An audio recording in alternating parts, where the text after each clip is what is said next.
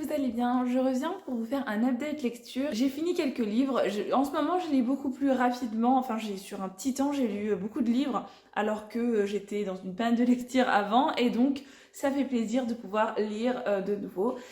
J'ai passé vraiment de très bons moments avec mes livres et c'était tous des excellentes lectures ou à la rigueur des bonnes lectures. Le dernier livre que j'ai lu, c'est Tout ce qui nous lie de Christelle Dacruz. Je vous l'ai présenté dans les sorties littéraires, mais aussi dans mon book haul, puisque c'est là que je l'ai acheté et j'ai ouvert la commande avec vous. Franchement, j'étais trop contente. Je vous refais le petit speech brièvement. On suit l'histoire de Marianne, qui est une jeune femme qui est devenue veuve il y a environ 5 ans et qui a perdu son mari.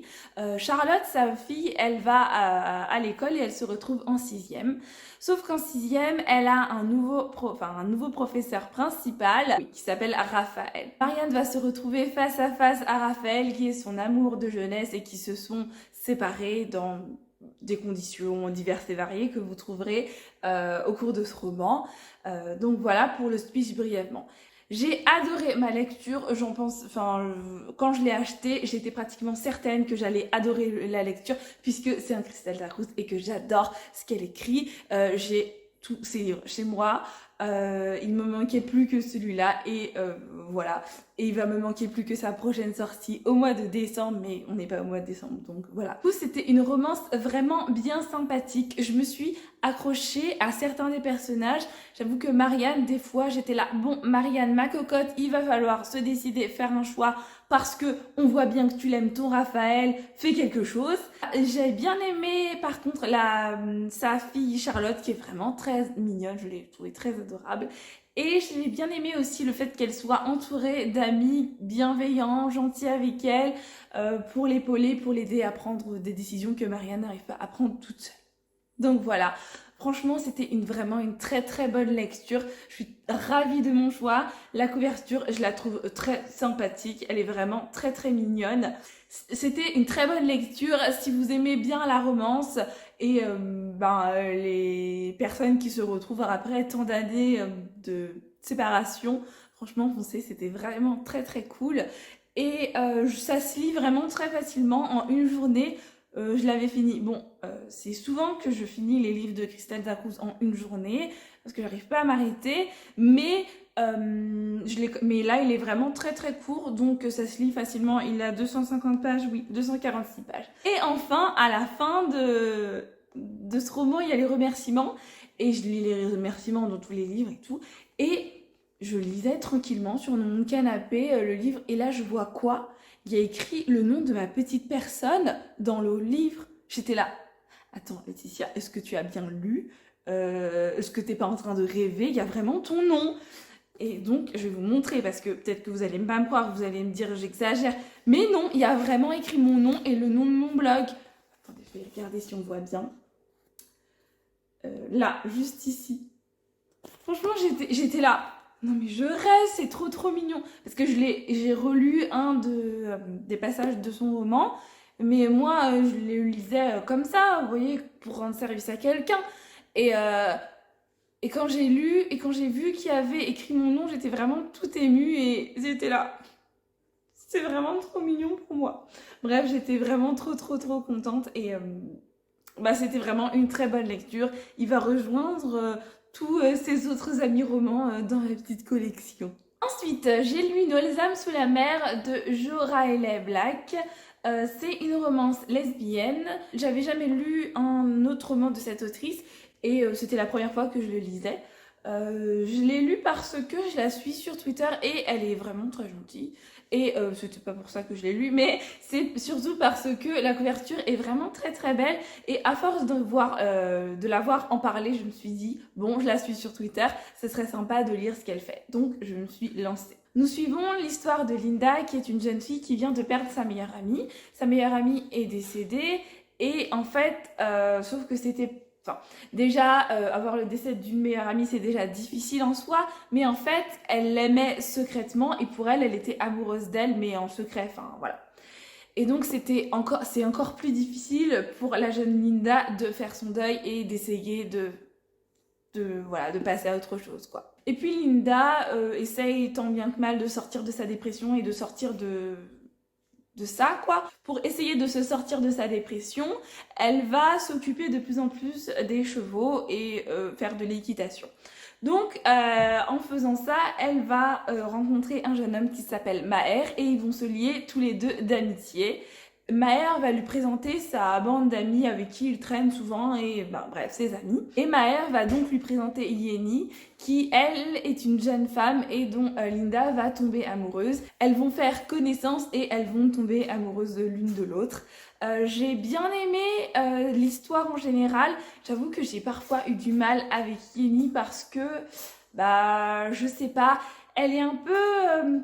Linda, elle est toute... elle est un peu toujours dans son deuil et tout ça. Et Linda, et Yeni plutôt, est parfois un peu rentre dedans. Et voilà, même si elle est toujours très...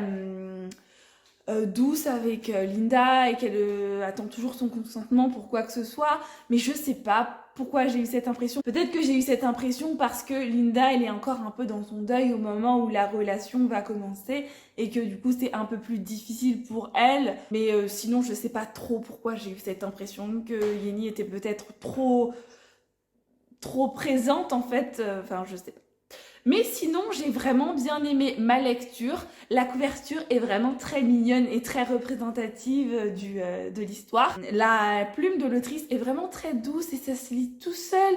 Franchement, je l'ai lu en une journée alors que franchement, il est vraiment très épais puisqu'il fait 439 pages. C'est vraiment beaucoup, c'est pas mal, voilà. Mais je l'ai lu en une journée parce qu'on est rapidement prise par le truc et c'est surtout la plume de l'autrice qui m'a pris dans l'histoire. Elle nous emmène avec une plume toute douce, toute poétique.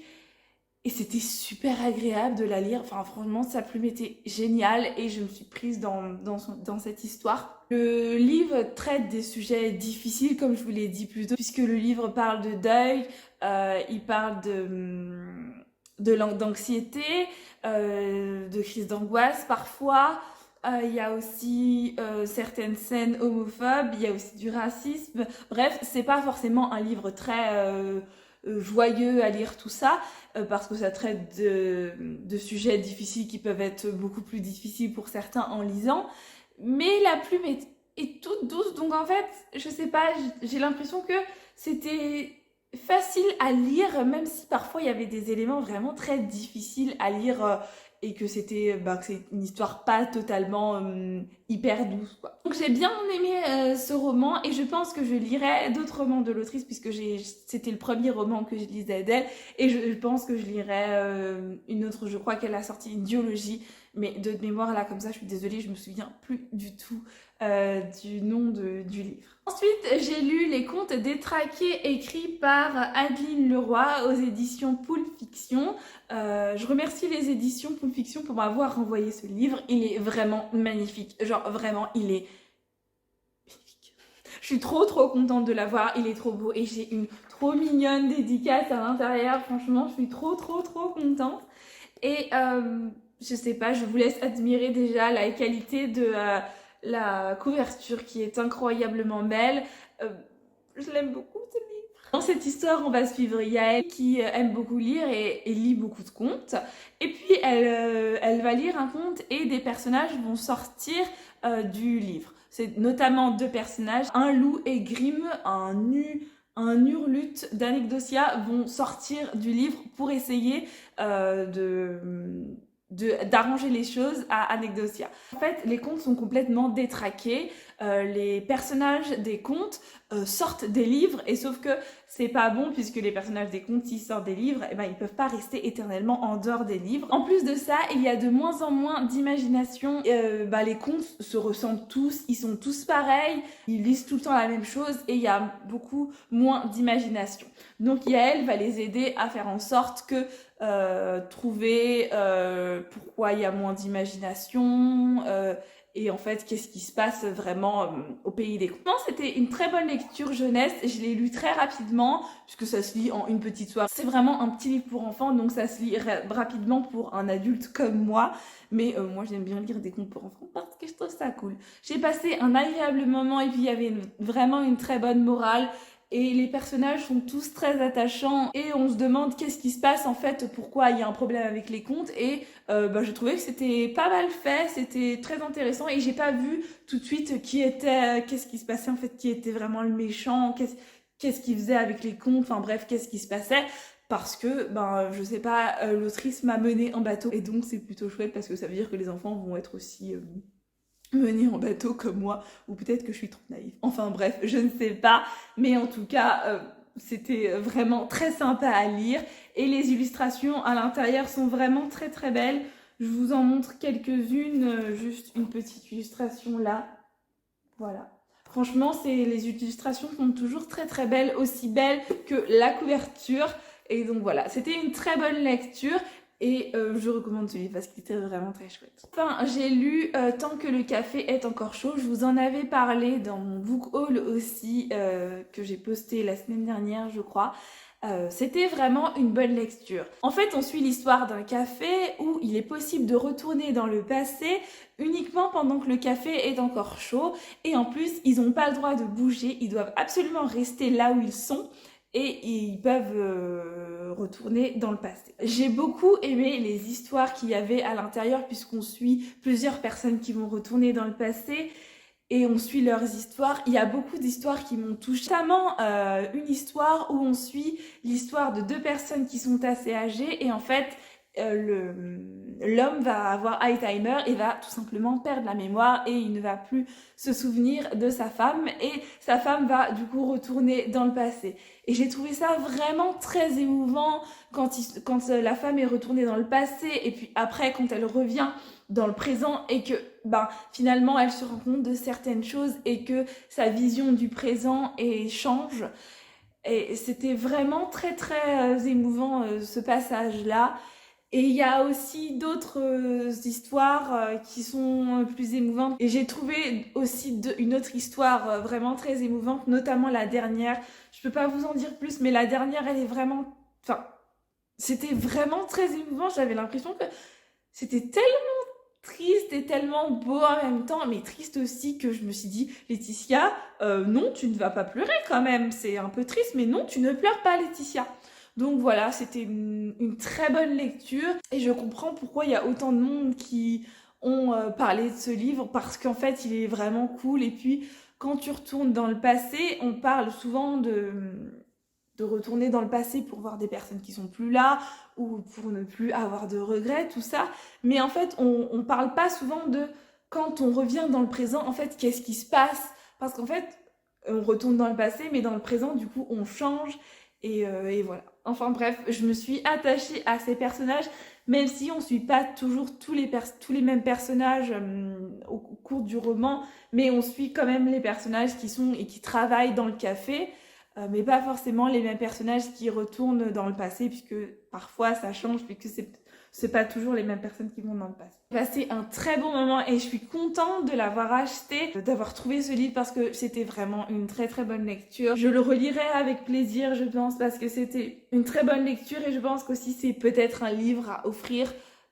Je ne sais pas, enfin vraiment j'ai passé un bon moment, j'ai l'impression de ne pas trouver les mots pour en parler correctement parce que c'est un peu compliqué, mais c'était vraiment une très très bonne lecture.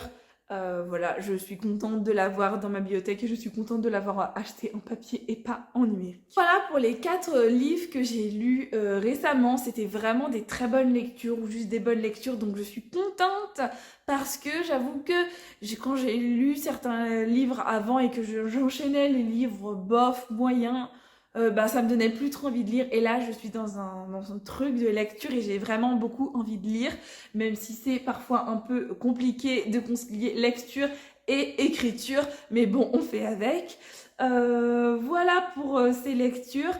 Merci d'avoir regardé cette vidéo jusqu'au bout. N'hésitez pas à vous abonner. On a bientôt atteint les 200 abonnés et vraiment ça me fait plaisir. Donc si vous regardez cette vidéo et que vous n'êtes pas encore abonné à cette chaîne et que les vidéos vous plaisent, n'hésitez pas à vous abonner, ça me ferait plaisir. Voilà, merci d'avoir regardé cette vidéo. N'hésitez pas à laisser un petit commentaire et un petit like et je vous fais des bisous.